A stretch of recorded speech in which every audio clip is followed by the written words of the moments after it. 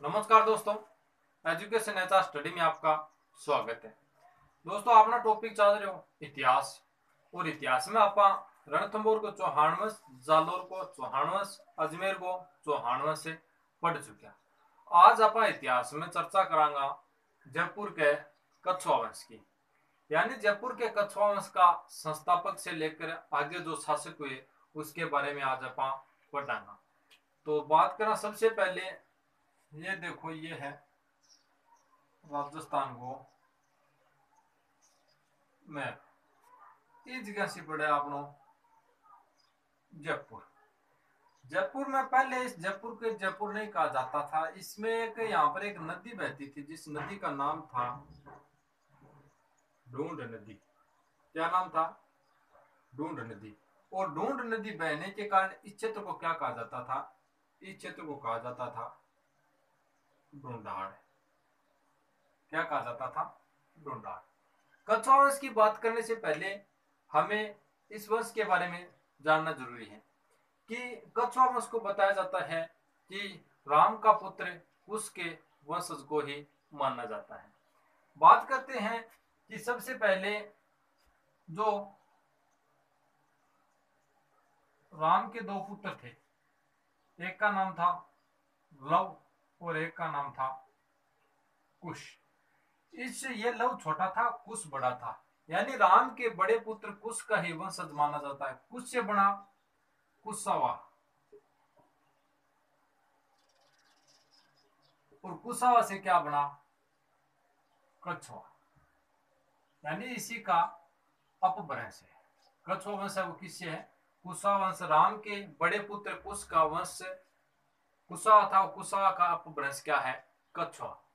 तो सबसे पहले बात करा कछुआ वंश का जो संबंध है वो सबसे पहले बताते हैं कि राम का पुत्र कुश का वंशज बताते हैं। अब बात कट बताओ है, ये बात बताते हैं आमेर अभिलेख। ये प्रश्न आया हुआ है। आमेर अभिलेख है,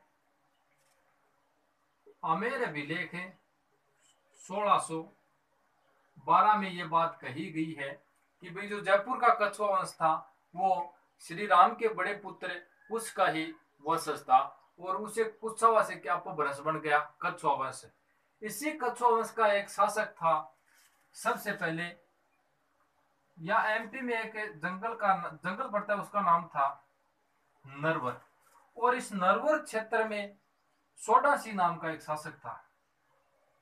क्या नाम का? सोडा सिंह।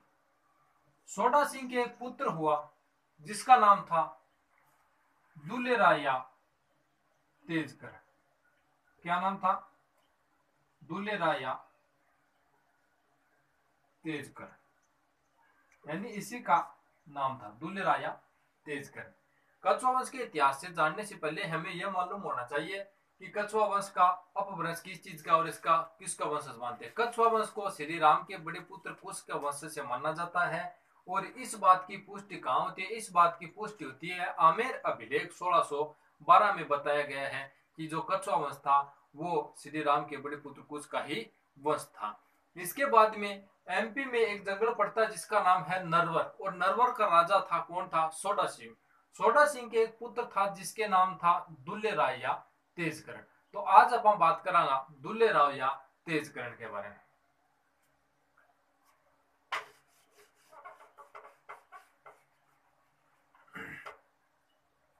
देखो, शासकों के बारे में बात करें तो आज अपन 4-5 शासक पढ़ांगा। सबसे पहले आयो कौन है? दुल्लो आयो। कौन आया? और एक दूसरा नाम की हो तेजकरण हो। यानी दुल्लो की है शादी से पहले तेज बहुत होता है, बाद में अपने आप गिरावट आ जाती है। दूसरो शासक हो दुल्हन ने क्या पर बैठायो? दुनिया घोड़ी पर बैठायो, लेकिन ये दुल्हन क्या पर बैठायो? कोयल पर बैठायो, यानी कोकिल दे। दूसरो शासक को कौन हो? कोकिल दे। ठीक है साहब, दुनिया दुल्हन घोड़ी पर बैठा, आप क्या पर बैठा दियो? कोयल पर बैठाया। कोयल भी वो बाहर है, सहन कौन कर सकी, और क्या पर गिर गयो? पृथ्वी पर। यानी तीसरा शासक आया, उसका नाम था पृथ्वीराज। कच्छ।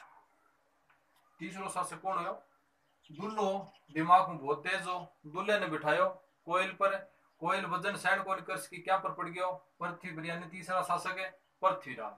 ठीक है, पृथ्वी पर पड़ गयो, कोई बात को नहीं। अब पृथ्वी पर पड़ता ही क्या पड़ गयो? भार, यानी पृथ्वी पर भार पड़ गयो। तो चौथो शासक हो कौन सा था? कौन था? बारमन। भार बढ़ गयो जना, पृथ्वी पर हलचल तेज हो गई, देवता भाग कर गए किसके पास है? भगवान के पास। तो पांचवा शासक कौन हुआ?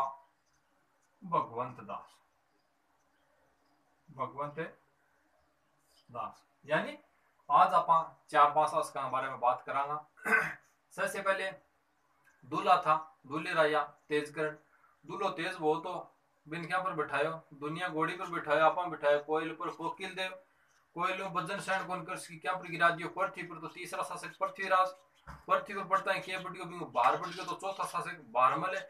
और बाहर बढ़ने में पृथ्वी पर हलचल तेज हो गई, तो हलचल तेज होने में देवता किसके पास गए? भगवान के पास। तो पांचवा शासक कौन आया? भगवान दास। ठीक है, अठ तक बात है कंप्लीट। अब आप शुरू करा। ये दुल्ले राय, ये दुल्ले राय का संबंध है नरवर के शासक है सोडासी के पुत्र था। ये नरवर के जंगलों से निकलकर कहा आ गया? ये नरवर है, नरवर के जंगल है। कहां पर पड़ते हैं? एमपी में। नरवर के जंगलों से निकला और कहां पर आ गया? इस क्षेत्र में आ गया। यहाँ पर ढूंढ नदी बहती थी और इसके आसपास के क्षेत्र को क्या कहा जाता था? ढूंढाड़ कहा जाता था। इस क्षेत्र के पास में यहां पर पड़ता है दौसा, और इसके बाद में एक साइड में था रामगढ़।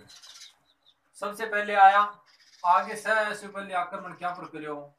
दौसा पर करियो। बात कद की है? बात है 1137 की। यानी 1137 में किस पर आक्रमण किया? सबसे पहले दौसा पर आक्रमण किया और दौसा को क्या कर लिया? दौसा को जीत लिया। क्या कर लिया? दौसा को जीत लिया। और जीत कर ही क्या बना ली? दौसा को ही क्या बना ली? राजधानी। यानी कच्छो वंश की प्रारंभिक राजधानी की बात करें तो कौन सी थी? दौसा थी। दौसा को जीतने के बाद यहाँ पर जो शासन था, यहाँ पर किसका शासन था? बड़गुजरों का। किसका था? बड़गुजरों का। यानी दौसा के बड़गुजरों को हरा कर दौसा को अपनी क्या कर ली? राजधानी बना ली और दौसा पर अपना अधिकार कर लिया। किसने कर लिया? दुल्ले राजा तेजकरण ने। बात कद की है? बात है 1137 की। 1100 नरवर के जंगलों से निकला, सबसे पहले 1137 में दौसा पर आक्रमण किया, दौसा के बड़गुजरों को हराकर दौसा को अपनी क्या बना ली? राजधानी बना ली। इसके बाद में दौसा का सारे रामगढ़ पढ़ो। ये रामगढ़ को पहले मांच या मंच के नाम से भी जाना जाता था।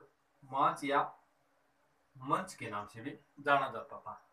ठीक है, रामगढ़ ने अठू आगे इस पर अधिकार कर लिया। और यहाँ पर कौन थे? यहाँ पर थे मीणा। यानी मीणाओं को हराकर रामगढ़ पर क्या कर लिया? अधिकार कर लिया।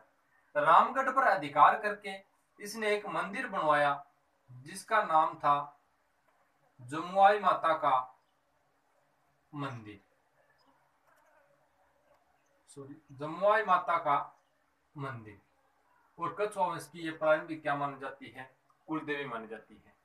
यानी जो प्रारंभिक की जो कच्छवा वंश है उसकी कुलदेवी है वो किसे माना जाता है? जमुआई माता को माना जाता है।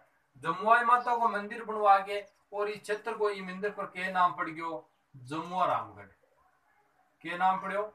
जमुआ रामगढ़। ठीक है, कोई बात को नहीं। 1137 में नरवर के जंगलों निकलियो, दौसा पर दौसा के बड़ गुजरा ने हरा दिया। बात कर दी करा? बात करा 1137 की। दौसा ने अधिकार करके दौसा को अपनी राजधानी बना ली। इसी के पास में रामगढ़ था, रामगढ़ पर आक्रमण किया, रामगढ़ के मीणाओं को क्या कर दिया? परास्त कर दिया। रामगढ़ के मीणाओं को परास्त करके इसने एक मंदिर बनवाया जिसका मंदिर का नाम था जमुआई माता का मंदिर। और जमुआई माता का मंदिर के नाम पे बाद में क्षेत्र का क्या नाम पड़ गया? जमुआ रामगढ़। यहां तक बात है कंप्लीट है। और ये क्षेत्र था, ये कौन सा था? ढूंढाड़। यानी इसके के आसपास का ये क्षेत्र था, ये ढूंढाड़ ही कहलाता था। ढूंढ नदी होने के कारण ही इसको ढूंढाड़ कहते थे। अब बात आती है कि रामगढ़ को ढूंढाड़ का जैसे पुष्कर भी कहते हैं, रामगढ़ को ढूंढाड़ का पुष्कर के कहने, ढूंढाड़ का पुष्कर। ढूंढाड़ का पुष्कर किसे कहते हैं? रामगढ़ को कहते हैं। क्यों कहते हैं? कि यहाँ पर किसकी होती है? गुलाबों की खेती, और गुलाबों की खेती के कारण ही रामगढ़ को क्या कहते हैं? ढूंढाड़ का पुष्कर। 8 तक बात कंप्लीट है।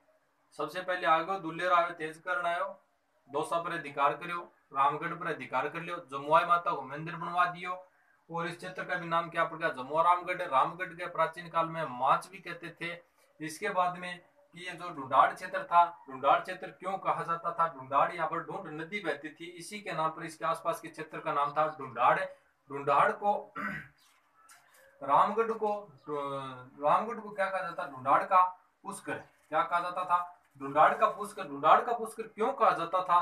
क्योंकि गुलाबों की खेती के लिए रामगढ़ बहुत ही प्रसिद्ध है, और इसी के कारण रामगढ़ को क्या कहा जाता था? ढूंढाड़ का पुष्कर।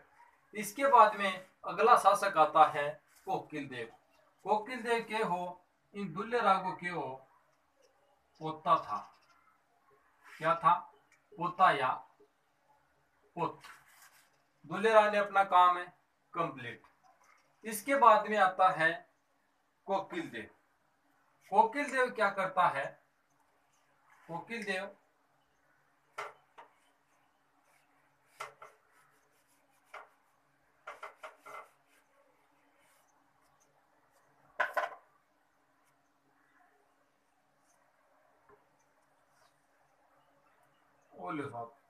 क्षेत्र।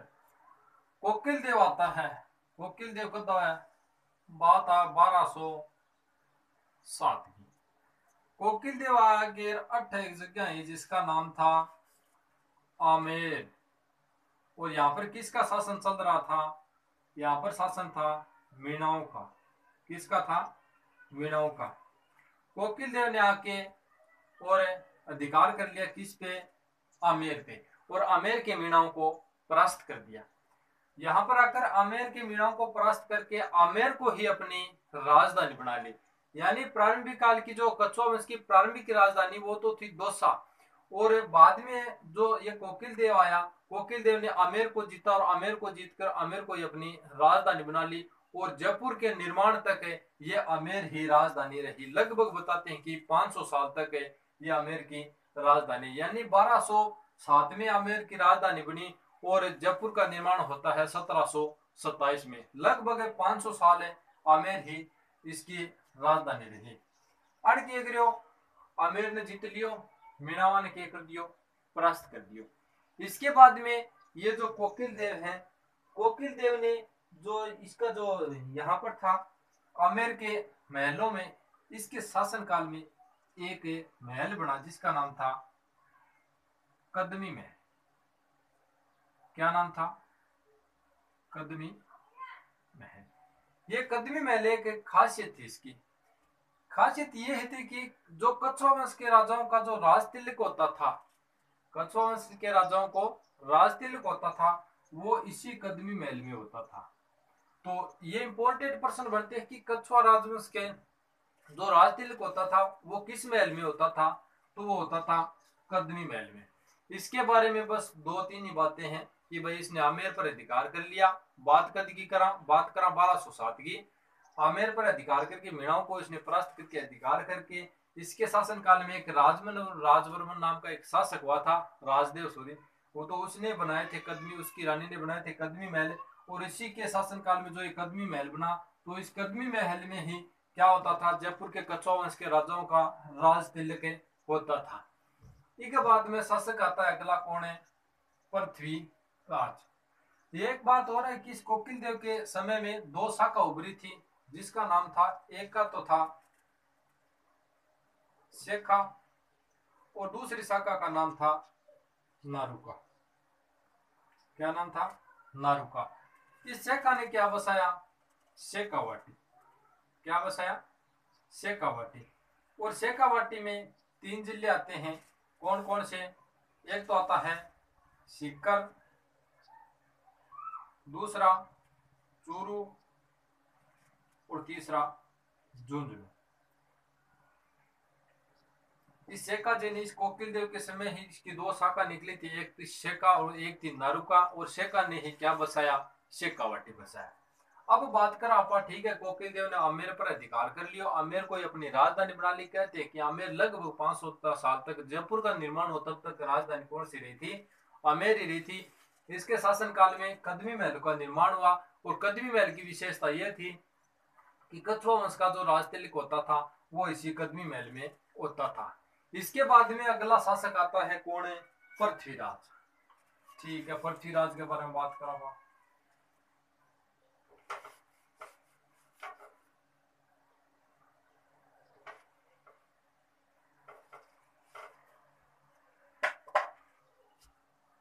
ये लो सा पृथ्वीराज। पृथ्वीराज ने क्या किया कि भाई ये वही पृथ्वीराज है जो राणा सांगा को खानवा के युद्ध में सहायता के लिए गया था। यानी कछुआ वंश का शासक पृथ्वीराज है, जो सांगानेर का जो सॉरी सांगा शासक था, कहाँ का, मेवाड़ का, उसकी सहायता के लिए आमेर से कौन सा शासक गया था, तो वो गया था पृथ्वीराज। तो पृथ्वीराज के बारे में और ज्यादा कुछ नहीं है, इसके बारे में यही इंपॉर्टेंट प्रश्न उठता है कि भाई राणा सांगा की जो सहायता के लिए खानवा के युद्ध में आमेर का कौन सा शासक गया, तो आमेर का जो शासक है वो गया था पृथ्वीराज। इसके बाद में बात आती है कि पृथ्वीराज का एक गुरु था जिसका नाम था चतुरनाथ। यानी ये लो साहब पृथ्वीराज, पृथ्वीराज को एक गुरु हो जिसका नाम था चतुरनाथ, के नाम हो चतुरनाथ, यानी इसका गुरु था चतुरनाथ। और यहां पर एक रामानुज संप्रदाय की एक पीठ थी, कहां पर है, गलता जी में। कहां पर है, गलता जी में। रामानुज रामानुज संप्रदाय की एक पीठ थी। रामानुज संप्रदाय की पीठ का इसका संत कौन था, इसका संत था कृष्ण हरि पयहरि। कृष्ण पयहरि।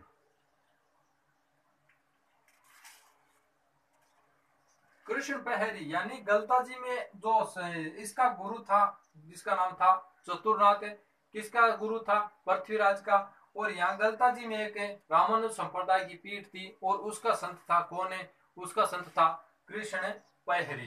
कहते हैं कि कृष्ण पहरी ने ये जो चतुरनाथ था ये कापालिक संप्रदाय का था, और रामानुज संप्रदाय की कृष्ण पहरी ने इसके गुरु को क्या कर दिया, पराजित कर दिया सहस्त्र। किसको, चतुरनाथ को।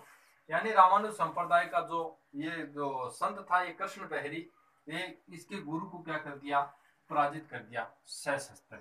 यहाँ तक है पृथ्वीराज के बारे में, और ज्यादा कुछ नहीं है। इसके बाद में अगला शासक आएगा अपना कौन है, भारमल। भारमल के बारे में कंपटीशन की दृष्टि से प्रश्न उठे तो आमेर के कछुआ वंश में ज्यादातर या तो भारमल के बारे में, या फिर एक आगे शासक आएगा मान सिंह के बारे में, या फिर उसके बाद में दो शासक और आएंगे, मिर्जा राजा जयसिंह और सवाई जयसिंह। ये जो यहाँ पर जयपुर है, शासक बना कौन है, भारमल। कौन बना, भारमल। भारमल है जो एक ऐसा शासक था जो मुगलों की अधीनता सबसे पहले स्वीकार की।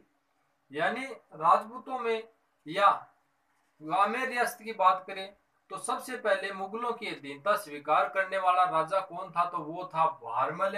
अगर रियासत की बात करें कि मुगलों की अधीनता स्वीकार करने वाली प्रथम रियासत कौन सी थी, तो वो रियासत थी आमेर।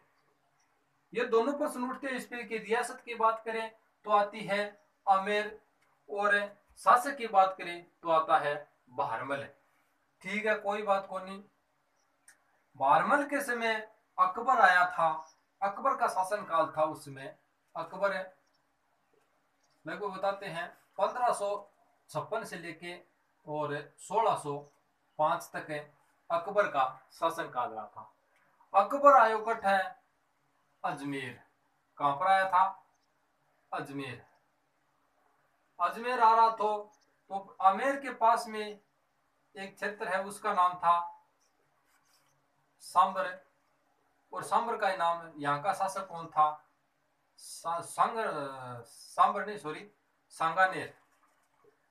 और सांगानेर का शासक था जो बारमल का भाई था, राणा सांगा। कौन था? सांगा था। सांगानेर का शासक है, सांगा ने ही सांगानेर बसाया था, और इधर आमेर का शासक था बारमल। यानी सांगानेर का संस्थापक था वो सांगा, वो किसका? इस बारमल का भी भाई था। तो अकबर आया था, कहां पर आया था? अजमेर आ रहा था, और यहाँ पर सांगानेर में इसकी भेंट करवाई राजा बारमल की, और किसकी? अकबर की। किसने करवाई थी? यहाँ का एक शासक बताते हैं, चगताई खां। कौन था? चगताई खां। यानी इस चगताई खां ने बारमल की और अकबर के बीच में, बारमल और अकबर को यहाँ पर मिलाया। कहां पर मिलाया था? सांगानेर में। कहां पर मिलाया? सांगानेर में। यानी सांगानेर में अकबर और बारमल की क्या हुई? वहां पर मिलन हुआ, और कोई बातचीत हुई। अट बातचीत होता है, बारमल क्या करो? बारमल कर ली किसकी? दीनता स्वीकार की गई अकबर की। बात कद की है? बात आया 1562 की। यानी सांगानेर में 1562 में बारमल ने क्या कर ली? अधीनता स्वीकार कर ली। इसकी? अकबर की। बात 1562 की है। 1562 में राजा बारमल ने कहां पर की? सांगानेर में। यानी 1562 में सांगानेर में राजा बारमल ने अकबर की अधीनता स्वीकार कर ली। कोई बात को नहीं। यह अधीनता जो मतलब पहली जो इसकी जो बताते हैं कि जो इसका मिलन हुआ, इसका जो सांगानेर में अकबर और बारमल मिले, वो मिले थे 20 जनवरी 1562। यानी 20 जनवरी 1562 को अकबर और बारमल क्या क्या हुआ? उसमें सांगानेर में क्या हुआ? मिलन हुआ। यहाँ पर मिले, बारमल ने दीनता स्वीकार कर ली। ठीक है, दीनता स्वीकार करके, और बारमल की एक पुत्री थी जिसका नाम था हरकाबाई। क्या नाम था? हरकाबाई। हरकाबाई को ब्याह कर दियो किसों? अकबर से। हरकाबाई ने किन दे दी? अकबर का लारा पढ़ना दी, और इतिहास में सबसे पहले मुगलों की अधीनता स्वीकार करने वाला राजा बन गया। कौन बन गया? बारमल। कौन बन गया? बारमल। आपकी पुत्री हरकाबाई का विवाह किसके साथ कर दिया? ये कर दिया था अकबर के साथ। कब किया? तो ये किया था, बात आती है 6 फरवरी 1562। 6 फरवरी 1562 को राजा बारमल ने अपनी पुत्री हरकाबाई का विवाह किसके साथ कर दिया? अकबर के साथ कर दिया, और अकबर की क्या कर लिया? दीनता स्वीकार कर ली। कोई बात को नहीं। इसके बाद में अकबर ने इसको किसको? हरकाबाई को एक उपाधि थी। क्या उपाधि थी? मरियम उजमानी।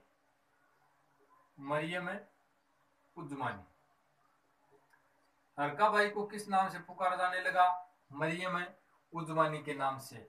और अकबर ने बारमल को भी एक, मान लो जो ये थी जो उपाधि, एक बारमल को भी उपाधि थी। वो कौन सी उपाधि थी? वो थी अमीर उल उमरा। यानी बारमल को एक उपाधि थी, उसका नाम था अमीर उल उमरा। अकबर ने अपनी पत्नी कौन बन गई? हरकाबाई को किस नाम से संबोधित किया? मरियम उजमानी। और राजा बारमल को भी एक उपाधि दी जिसका नाम था अमीर उल उमरा। इसके बाद में राजा बारमल ने दीनता स्वीकार करके अपनी पुत्री हरकाबाई को विवाह किसके साथ कर दिया? ये शादी इसके साथ कर दी, अकबर के साथ कर दी। यहां तक शासक कंप्लीट हुआ 4। कौन सा? बारमल तक। दुल्लेराय, कोकिलदेव, पृथ्वीराज और बारमल। इसके बाद में अगला शासक आता है अपना भगवंत दास। भगवंत दास भी क्या करेगा? भगवंत दास ये अपने जो पिता करेगा वही भगवंत दास करेगा। तो आगे चर्चा करेंगे हम। एक बार इस पे और नजर डाल लो कि भाई सबसे पहले क्या आया, बारमल कब बना शासक है। बारमल के शासन काल की बात करें तो कहते हैं कि 1500 इसका अंतिम शासन की बात करें, सॉरी, जो बारमल के शासन काल की बात करा तो बारमल का जो शासन काल था वो था 1547 से लेके 1573 तक। 1547 से लेकर 1573 तक किसका शासन काल था, बारमल का था। बारमल के बाद में अगला शासक आता है कौन है, भगवंत दास। कब, 1573 लेके और 1589 तक। 1573 से 1589 तक कौन आता है, शासक बनता है भगवंत दास। बारमल ने जो वो काम किया वही काम करेगा भगवंत दास। उसको सबसे पहले आमेर पर कौन राजा बना, बारमल कब बना, ये राजा बना 1547 में। इसके बाद में 1562 में सांगानेर में चगताई खान की, जो चगताई खान ने इसका मिलन करवाया किसका, बारमल और अकबर का। और 6 फरवरी 1562 में उसने अपनी पुत्री हरकाबाई का विवाह किसके साथ कर दिया, अकबर के साथ कर दिया। अकबर ने एक हरकाबाई को उपाधि दी, मरियम उजमानी की उपाधि दी, और जो राजा था बारमल उसको भी एक उपाधि दी, उसको उपाधि थी अमीरुल उमरा। इसके बाद में अगला शासक आता है राजा बारमल है। बारमल भी अपने पिता के किए कार्यों पे ही चलता है।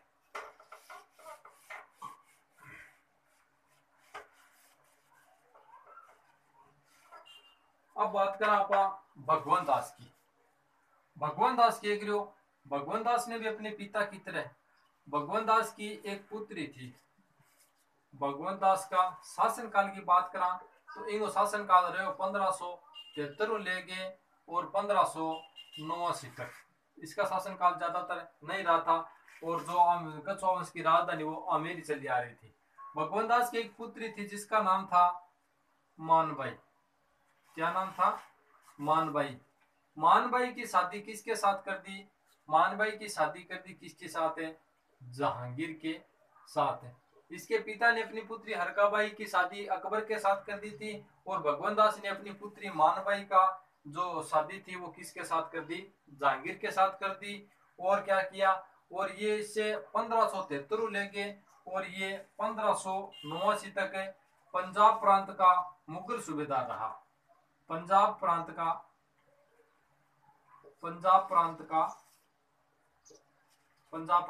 मुगल सूबेदार कौन रहा, मुगल सूबेदार भगवंत दास।